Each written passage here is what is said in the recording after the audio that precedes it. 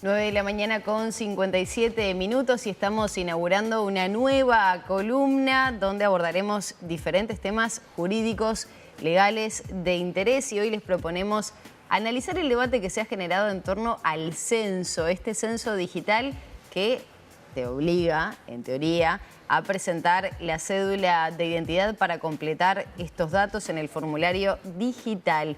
Y para eso recibimos al doctor en Derecho y docente Pablo Schiavi, que le damos los buenos días.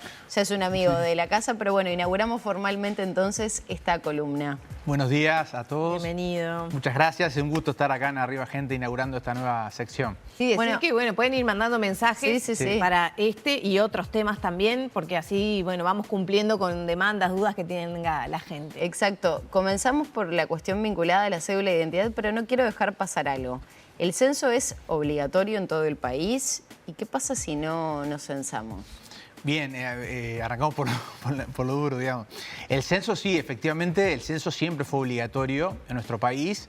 Y sí, efectivamente, la obligatoriedad implica que todos tenemos que censarnos y que en caso de que no nos censemos podemos llegar a ser pasibles de sanciones y de multa. O sea, la obligación de censarse no es optativa para el ciudadano, sino que es una obligación que está impuesta por ley. O sea que el censo hay que cumplirlo, o sea, hay que recibir a los censores en forma presencial o que por primera vez ahora se está dando completar, digamos, el formulario en vía digital, que esa es la novedad de este censo. Claro, por primera vez, ¿no? Ahora hay un estímulo que es, por ejemplo, participar de un año sin pagar la tarifa de UTE.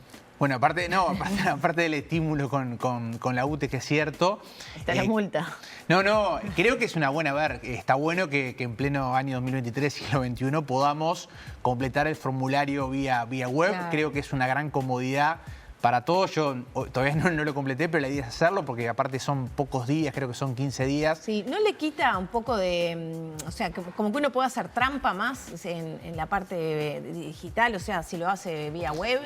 Porque no está el ojo del censista, ¿no? Que viene a la casa. Bueno, pero ahí tenemos, aparte de lo que hablábamos al principio, o sea, la obligación no solo de censarnos, sino que la información que nosotros ya sea cargamos en el formulario o le decimos al censista, tiene que ser verdadera y cierta, porque también, hablando ya de multas, o sea, obviamente no podemos dar información falsa o información que no se ajuste a la realidad de nuestro hogar, de nuestra vivienda. O sea que yo creo que en cualquier hipótesis, tanto de censo presencial como censo virtual, hay que censarse y la obligación tiene que ser verdadera. Yo creo que la gran ventaja con el censo virtual es que lo podemos hacer en cualquier momento, desde cualquier lugar, sin necesidad de estar esperando al censista y después que a veces uno está trabajando, viene el censista a tu casa y te va a dejar como un aviso de que tenés que volver. O sea, creo que por temas tiempo y más como nos hemos acostumbrado a vivir, sobre todo después de la pandemia, creo que la ventaja enorme es censarte en forma digital, cuando quieras, a la hora que quieras. Y después subí las fotos al Twitter, como están haciendo ahora. Claro. Para despejar dudas, la obligatoriedad es no necesariamente hacerlo vía digital, sino que venga el censista a tu casa, ¿no? O sea, completar el censo en alguna de sus vías, digo, para no generar confusiones. Quienes lo están haciendo ya ahora vía digital, ha habido también una polémica por el tema de que hay que ingresar la cédula y si fuera presencial no. ¿Cómo es? ¿Es legal? Ahí Lorena, está buena la pregunta, o sea, por el mecanismo que autorizó el INE, o sea, en la fase virtual es la primera, o sea, hoy no están concadenadas las dos, o sea, yo primero tengo la chance de hacer el censo en forma virtual. Cumplí esa etapa, que creo que hay que corroborarlo bien, pero creo que es a mediados de mayo, ya no se va a poder de vuelta hacerlo virtual, sino que necesariamente tenemos que esperar al censista, o sea que es por fases. Ahí cuando llegue el censista, digamos, a tu hogar, si lo hiciste en forma virtual, tenés que exhibir un código de verificación que te da la forma virtual, o lo haces como se hizo siempre, o sea, como fue el último censo y como fueron siempre los censos. Hasta ahí lo novedoso es lo virtual. En cuanto a la cédula, bueno, ahí se suscitó, yo creo que una polémica que no tiene mucho sentido, pero bueno, de hecho está instalada. En principio, la cédula no se va a exigir, o sea, no tenemos obligación de darla en caso de que lo hagamos en forma presencial.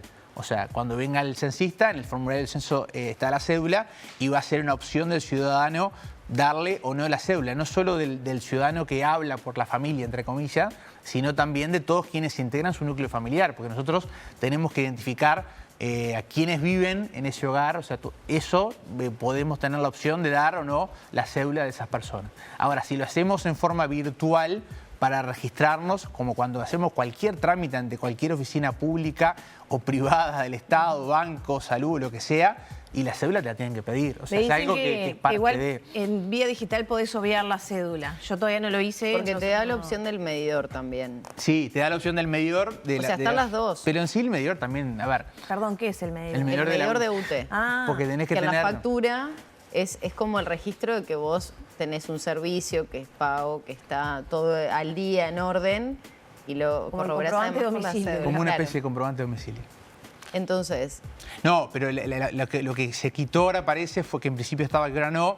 Cuando llegue el momento de identificar a tu núcleo familiar en el formulario virtual, no estás obligado a dar la cédula de los integrantes de la familia. Yo creo que la discusión de la cédula en los tiempos que hoy se viven, yo me pregunto qué organismo público o privado en nuestro país, y me atrevo a decir en cualquier lado, no tiene nuestra cédula de identidad. Creo que es un dato que no tiene mayor problema, porque no me imagino quiénes no lo tienen hoy. O sea, estábamos hablando antes de empezar el programa, o sea, todas las oficinas públicas, privadas con las cuales nos relacionamos tienen nuestra cédula de identidad, la tiene nuestra familia, la tiene el BPS, por ejemplo, donde está toda la familia asociada, la tiene el de la mutualista. Bueno, a la pero que es vamos. distinto, porque, a ver, acá es unir una persona, nombre y apellido, con un número de documento, con toda la información personal de, de ese ciudadano, ¿no? O ciudadana. Ahí viene como el ruido, ¿no? Bueno, ¿qué van a hacer?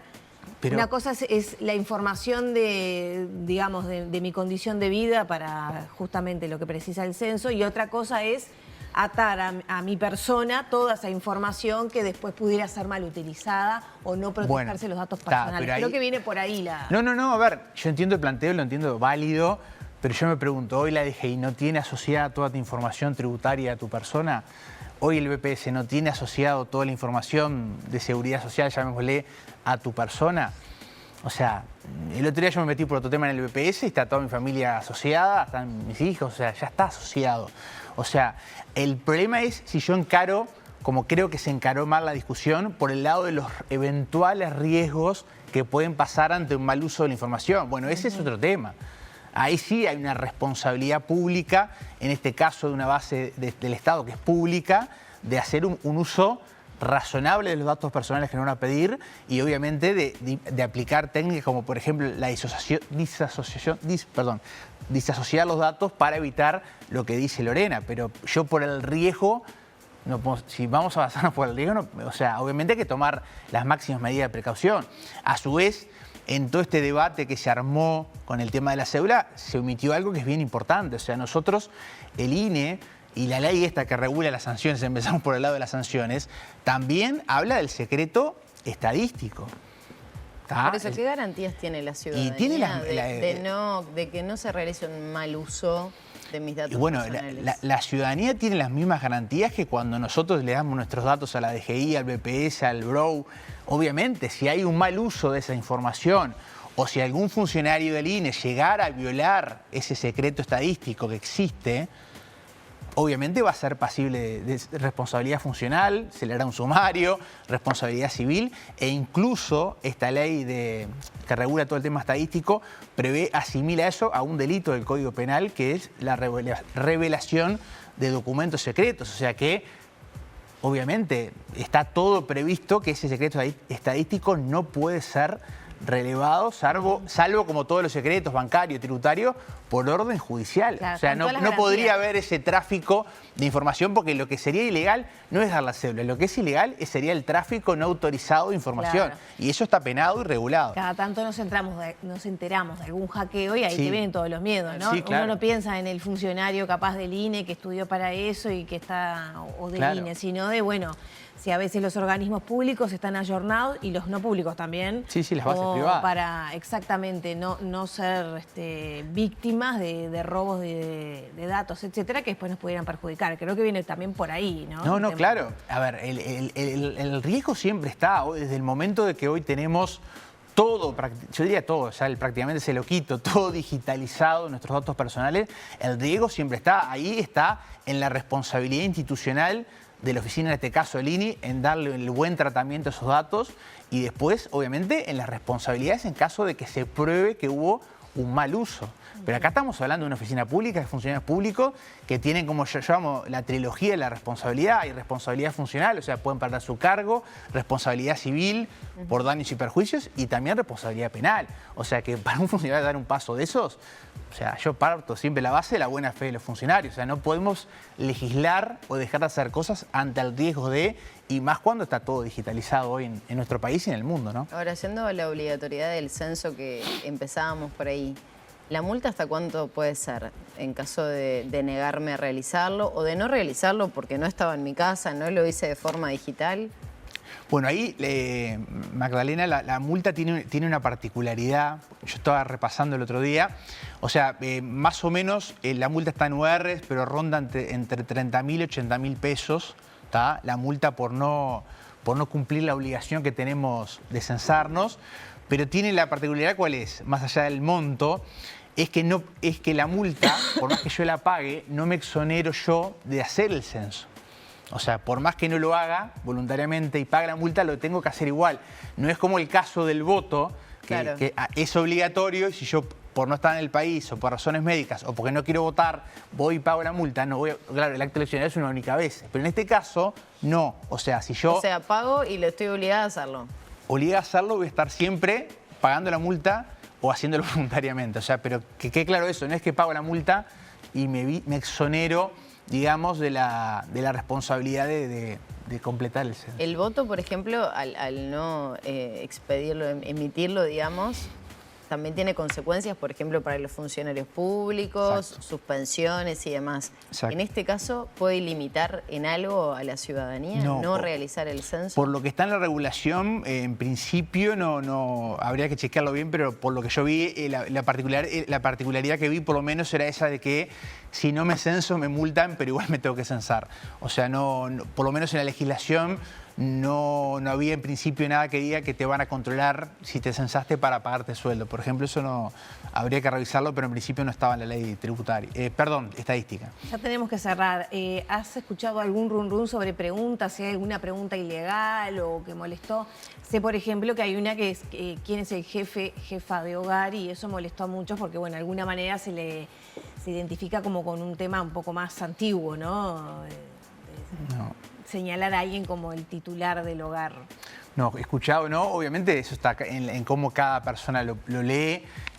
Acá lo importante es que todos hagamos el censo, lo importante es que demos la información 100% real, porque en función de lo que arroja el censo y los datos que arroja el censo, vamos a tener la foto del país en el año 2023. O sea, es de suma importancia para nuestro país saber dónde estamos parados en cuanto a hogares, población, etcétera, porque luego de eso, obviamente, se van a tomar decisiones desde el punto de vista estratégico, políticas públicas, en función del censo. Si nosotros falseamos la información más allá de todo lo que vimos ahora, nos hacemos un daño como país que creo que es lo que hay que evitar. ¿Eso también tiene penas, el falsear información? Sí, claro. Las sanciones cuando vimos, viste que dijimos que hay un piso de 30.000 pesos Sí. hasta 80.000. O sea que eso supone una gradualidad o proporcionalidad, que eso lo valora línea, a ver qué tan grave es tu omisión, si eso fue solo la omisión de no censarte, o si después se salta que no era información verdadera la que diste. O sea, no son siempre las mismas sanciones. Hay un margen